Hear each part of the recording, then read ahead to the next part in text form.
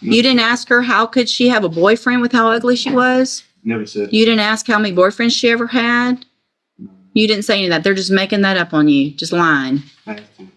Have to be lying. You didn't threaten just a couple weeks ago an officer that you were going to throw hot water if she didn't call somebody? Yes, ma'am. You did threaten to do that? Okay. All right, sir. You are John Jones. Yes, ma'am. And Mr. Jones is charged in cause number 25 DCCR 0523 with the offense of murder. And Mr. May. And in cause number 24 DCCR 2431 with the offense of unauthorized use of a vehicle. Mr. Wilkerson has filed a motion just in the murder case, correct? That I reduce the bond. Yes, Your Honor. Which I believe is set at 800, if I remember. Let me pull it up so we make sure. Let's see.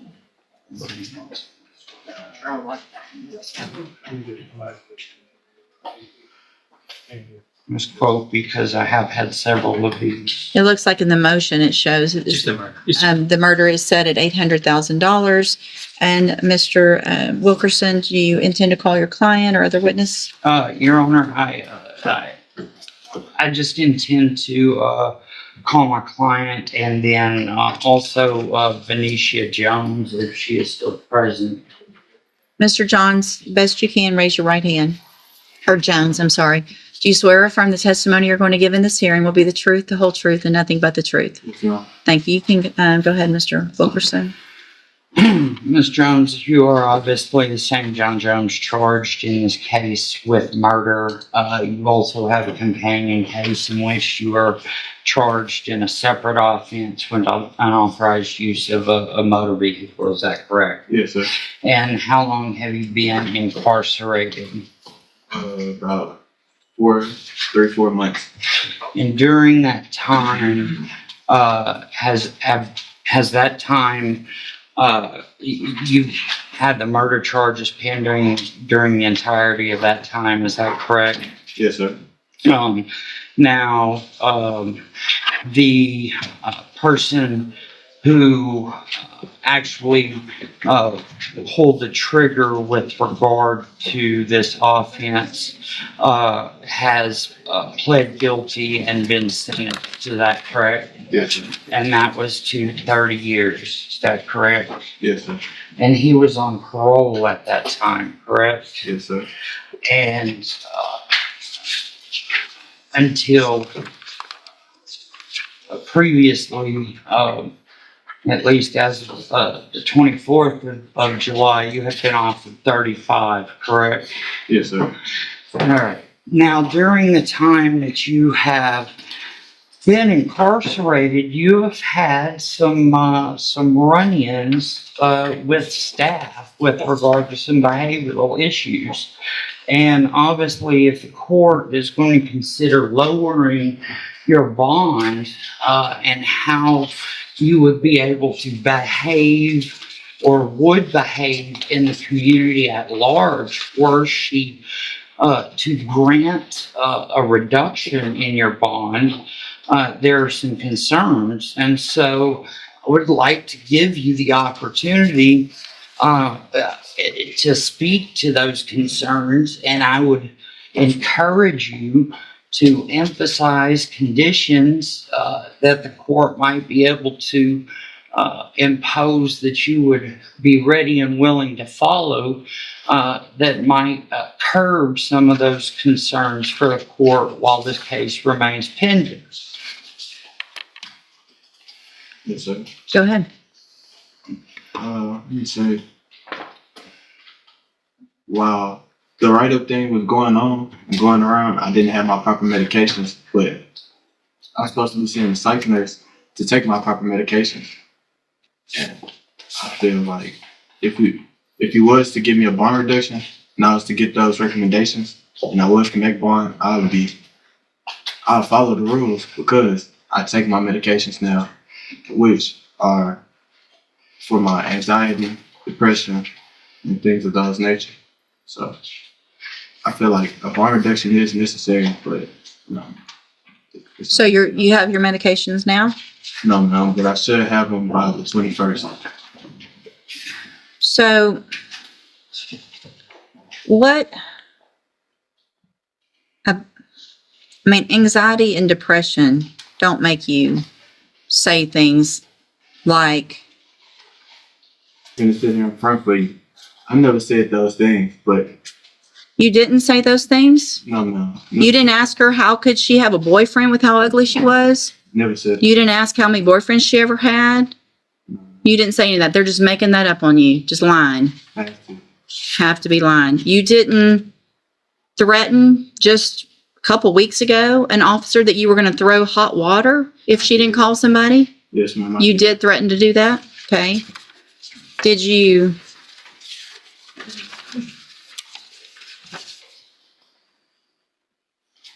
Did you say at one point when y'all were getting in trouble that what it had to do with somebody giving a Bible back to another person and you inserted yourself in something that wasn't about you and you said, that's what's wrong with y'all officers. Y'all think we on y'all time and I'm not. So you don't think you're on their time when you're in jail? I never said that.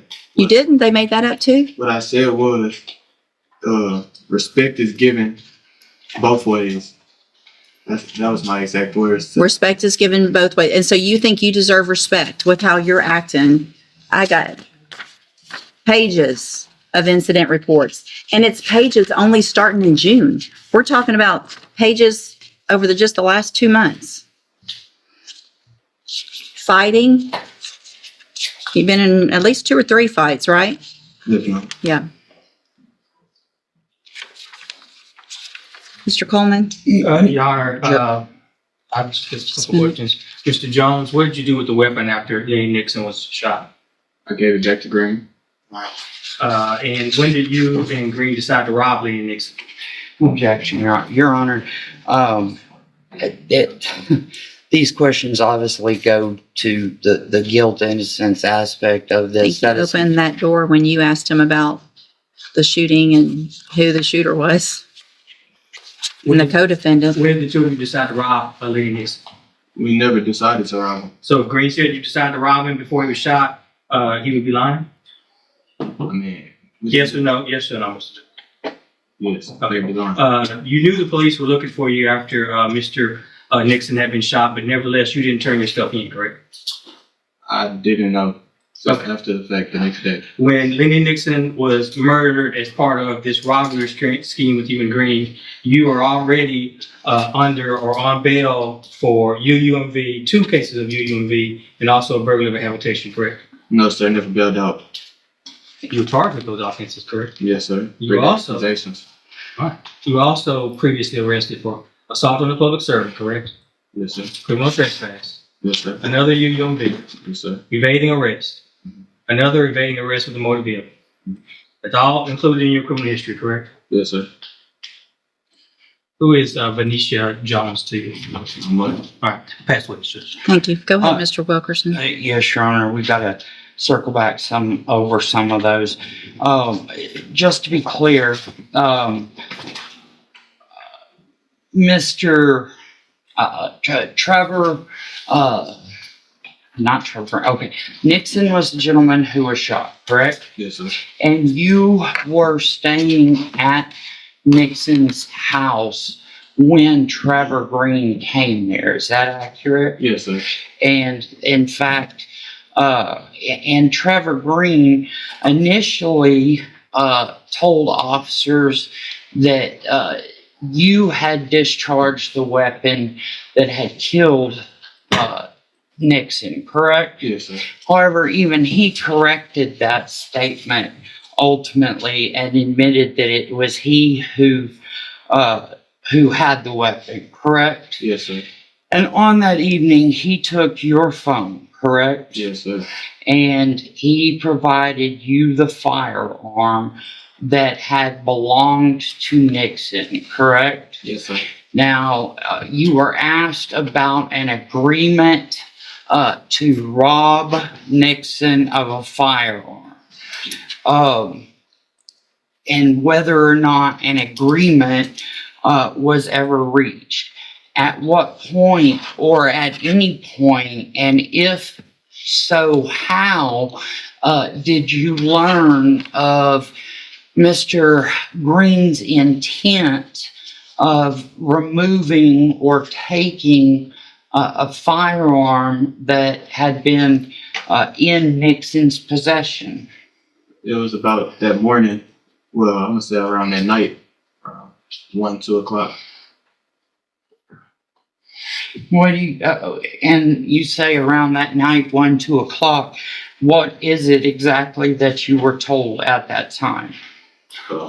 Nixon keep pointing the gun in our face. Let's just take it. And how did you respond? Leave me out of it. I don't want no parts.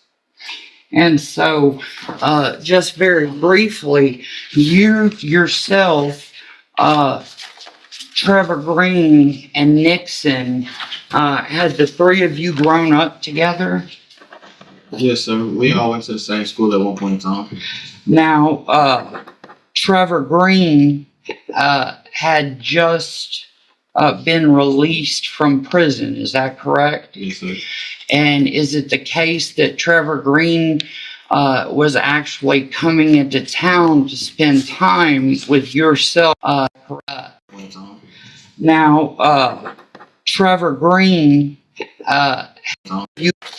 Trevor Green and Nixon, had the three of you grown up together?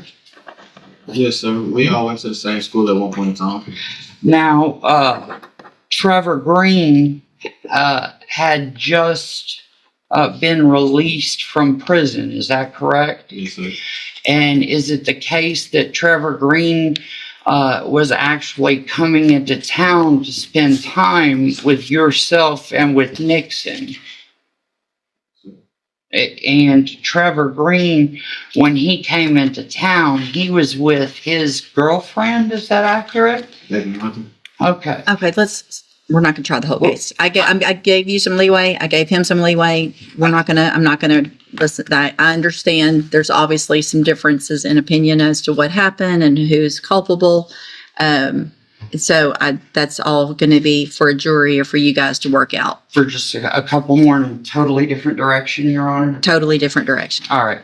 Now, you said you were getting your medications on the 21st. What medications are you speaking of? I'm supposed to be taking trazodone, hydroxyzine, Persocin, and they're supposed to be giving me another type of med for me hearing and seeing things. So, while you have been incarcerated at Jefferson County Correctional Facility, the psychiatric or psychological staff provided by contract have made a determination that you actually have audio or visual hallucinations? Yes, sir. Okay.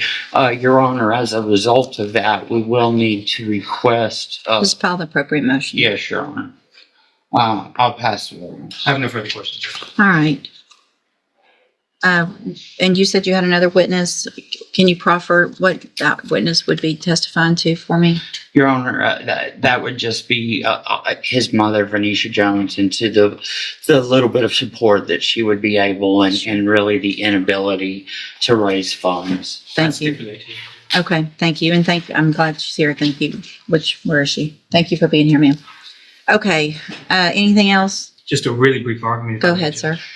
Yeah, I filed it. I put that argument, I made clear in the state's reply to the defense counsel's motion to reduce the bond, so I'm not going to belabor it. I just hit the high points, Judge. If the court is so inclined, the state constitution, the Texas Constitution, allows you to hold this defendant without bond because he committed a felony while on bail for a felony, Judge. I've cited the case law. I've attached it to my reply. I don't see that reply on this case. It would have been filed on August the 6th of this year. I see a couple of things. I see an order. Oh, never mind. It's right here. Yeah. Sorry. I cite Article 1, Section 11 of the Texas Constitution that states that if a defendant is on a felony, on bail for a felony and commits a subsequent felony, the court is well within its discretion to hold the defendant without bond. If it so chooses to, and I've proffered to the court that I've spoken with the juvenile probation, with the juvenile department division of our office, and they have begun the process to certify this defendant as an adult, and that burglary rehabilitation is on its way, should be making its way to your court soon, Judge. We've got the criminal history that I think speaks for itself. Your Honor, we'd ask that this court deny the defense counsel's motion to reduce the defendant's bond. In fact, if the court is so inclined, we'd ask that you hold him with no bond. Thank you, Mr. Coleman. Mr. Wilkerson, argument? Your Honor, I think that if you look at all of the incidents that were mentioned by Mr. Coleman, that are all juvenile incidents that have occurred with Mr. Jones, that it is quite clear in conjunction with some of the things that have also been mentioned, and also it fits into some of the write-ups that have been received as well, that Mr. Jones apparently does suffer some mental illness issues, and perhaps maybe we should hold this in abeyance until we can have that properly addressed in order to give the court some additional comfort that some of these behavioral issues might be more appropriately addressed. Here's what I'm inclined to do at this time. I'm not going to hold the motion. We can always, if the circumstances change, file a motion, and I will allow another hearing if there's a change of circumstances. Today, based on the nature of the offense, based on the amount of and nature of the incident reports from jail, based on the amount of and nature of the allegations of criminal history as a juvenile, Mr. Jones is 17, about to be 18, right? Yes, ma'am. So based on that, all of that, I am going to deny the motion to reduce the bond at this time.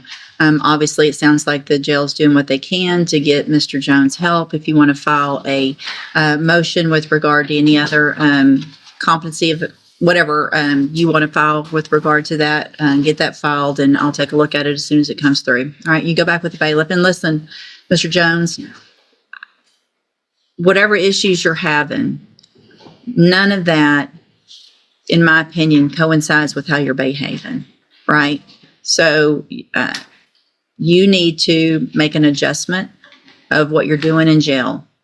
And if you don't, then Mr. Wilkerson's not going to have any argument whatsoever for me to reduce your bond later or anything like that.